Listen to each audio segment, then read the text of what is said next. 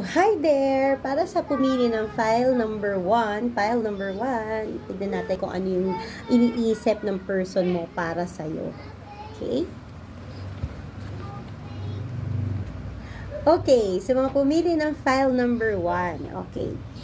Nasa-sense ko dito na ang naiisip ng tao mo towards you, nalulungkot siya dun sa inyong paghihiwalay. Hindi siya masaya dun sa nangyaring paghihiwalayan towards the two of you, o baka hindi pagkakasunduan towards the two of you. Okay? Ganun pa man, gusto pa rin niyang ituloy kahit hindi niya alam kung ano kahihinatnan ng relasyon ninyong dalawa, kahit hindi niya alam kung anong sasabihin mo or anong magiging response mo towards sa gagawin niya. Sa ngayon, natatakot siyang makipag-compromise. Meron siyang feeling ng takot na baka i-reject mo. May feeling siya ng takot na baka ayaw mo na.